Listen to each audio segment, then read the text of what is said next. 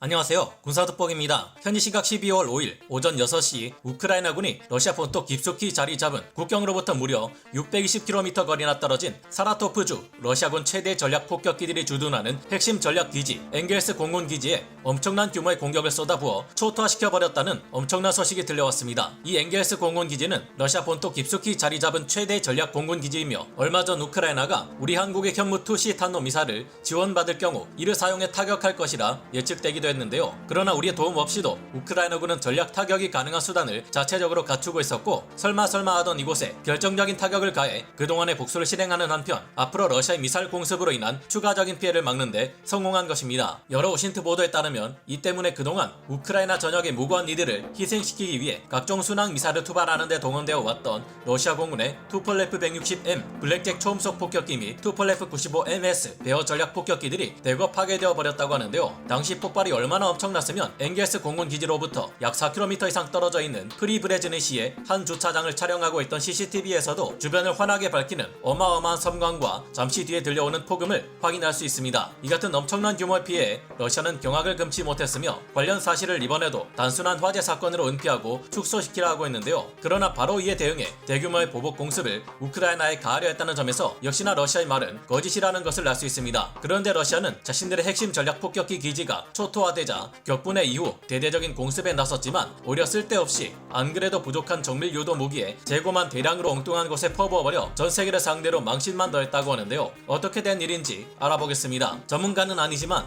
해당 분야의 정보를 조사 정리했습니다. 본의 아니게 틀린 부분이 있을 수 있다는 점 양해해 주시면 감사하겠습니다. 엥겔스 공군 기지가 이번에 큰 타격을 받았다는 것이 러시아군을 경악시킨 이유는 러시아 최대 전략 폭격기 주둔 공군 기지인 이곳에는 제121 근위 중폭격기 연대 투폴레프 160M 초음속 전략 폭격기와 제184 중폭격기 연대가 주둔하는 러시아 최대의 전략 폭격기 기지이기 때문인데요. 뿐만 아니라 엥겔스 공군 기지는 러시아 핵무기들을 보관하고 있는 장소이기에 러시아군 내에서도 보안상 경계가 가장 삼엄한 곳으로 유명합니다. 러시아 당국은 이번 엥겔스 공군 기지의 피해 상황을 공식적으로 발표하며 그 원인을 활주로에 있던 연료 트럭에 화재가 발생했기 때문이라 설명했습니다. 러시아 당국에서는 이때 3명의 희생자가 발생했으며 6명 이상의 중상자가 발생했지만 주기되어 있던 폭격기들이나 다른 중요 전략 자산들은 전혀 파괴되지 않았다는 뻔한 거짓말을 내놓았는데요. 그러나 여러 오신트 전문가들은 러시아의 주장이 왜 믿을 수 없는 것인지 그 근거를 하나하나 내놓으며 전면 부정하고 있습니다. 러시아에서는 화재가 활주로에 있던 트럭에서 발생했다고 설명했지만 실제로는 이처럼 한 곳에서 폭발이 발생한 것이 아니라 최소 2곳 이상에서 강렬한 폭발이 발생했다고 반박했습니다. 러시아에서는 폭격기나 전략 자산이 파괴되지 않았다고 했지만 실제로 파악된 바에 따르면 해당 공군 기지에서는 최소 2대 이상의 폭격기들이 폭발하며 완전히 박살이 나버렸고 그 외에도 무려 14대나 되는 투폴레프 160M 블랙잭 초음속 폭격기나 투폴레프 95MS 베어 전략 폭격기들이 폭발로 발생한 파편에 맞아 기체가 크게 손상되어 파괴되는 막대한 피해가 발생했다고 반박했는데요. 현지에서 이 폭발 현장의 모습을 지켜본 이들이 전하는 여러 오신트 정보에 따르면 사건 당시 정체불명의 드론들이 날아들어와 엥겔스 공군 기지를 공습했다고 합니다. 우크라이나 이만한 거리를 지나 타격할 수 있을 만한 공격 자산이라면 투폴레프 141이 유일합니다. 원래 정찰 드론인 투폴레프 141을 공격 드론으로 개조시킨 버전은 마치 순항 미사일처럼 사정거리가 1000km에 달하기에 620km 밖에 엥겔스 공군 기지를 타격한 것은 이에 의한 공격이 아니었을까 짐작되고 있는데요. 현재 침투한 특수부대가 드론을 날려보내 공격했을 가능성도 없지는 않겠지만 당시 폭발의 규모로 봤을 때 공습을 가한 것으로 더 유력히 짐작되는 물건은 투폴레프 141이라는 의견이 더 신빙성 있어 보입니다. 이로 인해 러시아가 우크라이나 전역을 타격하는 데 사용되는 전략 폭격기의 숫자가 당분간 크게 줄어들 수 있을 것이라는 점이 기대되며 앞으로 우크라이나와 비교적 가까운 곳에 배치되어 있는 다른 두 곳의 전략 폭격기 기지들도 우크라이나군의 투폴레프 141 전략 타격에 희생될 수 있을 듯 했는데요. 역시나 얼마 지나지 않아 또 다른 러시아군의 전략 공군 기지인 디아길레보 공군 기지가 우크라이나군의 장거리 타격 자산의 공습을 받았다는 사실이 알려졌습니다. 이 디아길레보 공군 기지 또한 핵무기를 보관하고 있는 보안 등급이 아주 높은 곳인데 이처럼 러시아 내 최고 보안 등급을 가진 두 전략 공군 기지가 우크라이나군의 공습으로 쉽게 파괴되었다는 점은 여러모로 러시아에게는 충격적인 사건으로 다가왔습니다. 디아길레보 공군 기지 또한 우크라이나군의 드론 공격을 받아 파괴되었다고 하는데 무서운 점은 이 디아길레보 공군 기지에서 러시아 심장 모스크바까지는 불과 180km 밖에 떨어져 있지 않으며 심지어 모스크바 디아길레보 공군 기지보다 또 우크라이나 국경 기지와 더 가까운 곳에 있습니다. 우크라이나 쇼스타카 국경 지역과 모스크바까지의 거리는 불과 463km 정도기에 사거리가 1000km에 달하는 투폴레프 141 드론으로 얼마든지 타격이 가능하며 우크라이나군이 마음만 먹으면 얼마든지 타격이 가능할 것으로 추정됩니다. 이후 시간이 지나자 러시아 당국 또한 결국 결국 엥겔스 공군기지에서 폭발이 일어난 사건은 우크라이나군의 장거리 무장 드론 타격 작전 때문이었다는 사실을 공식적으로 시인했는데요. 그 즉시 격분한 러시아는 우크라이나에게 반격을 시도했다는 것 또한 밝혔습니다. 엥겔스 공군기지가 타격받은 12월 5일 러시아군은 그나마 엥겔스 공군기지에 주기되어 있던 폭격기들 중 일부를 안전지대로 대피시켜 놓았다고 하는데요. 같은 달인 12월 5일 오후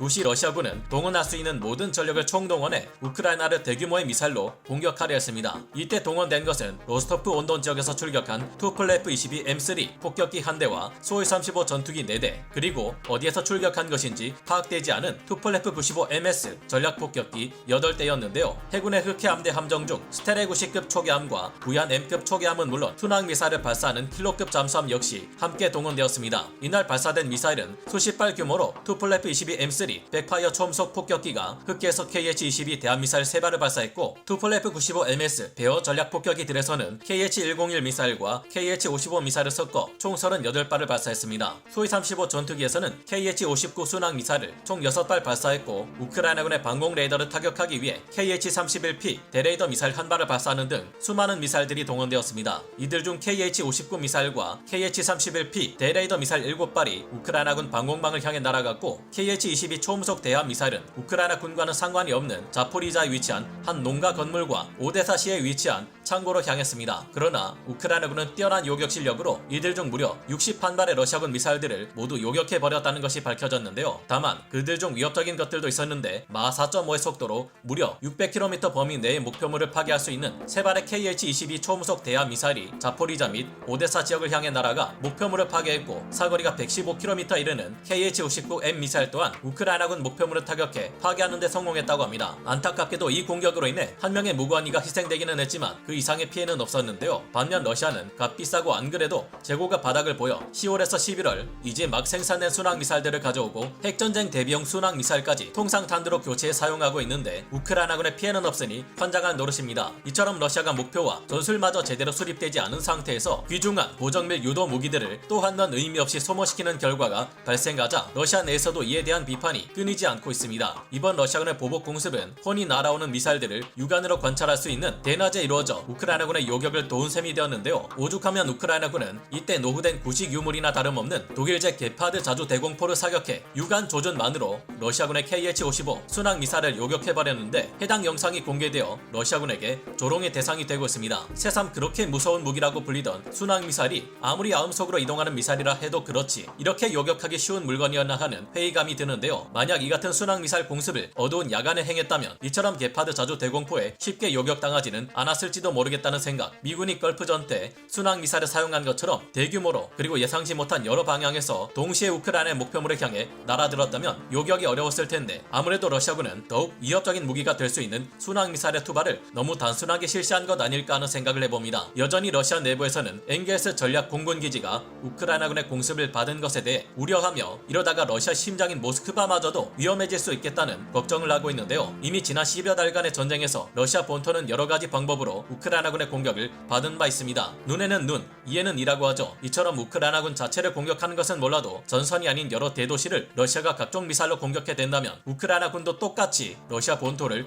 미사일과 무인기로 공격할 수 있다는 것이 알려진 만큼 더 이상의 러시아군 미사일 공습이 우크라이나 전역에 가해지는 일은 일어나지 않았으면 좋겠네요. 오늘 군사 돋보기 여기서 마치고요. 다음 시간에 다시 돌아오겠습니다. 감사합니다. 영상을 재밌게 보셨다면 구독, 좋아요, 알림 설정 부탁드리겠습니다.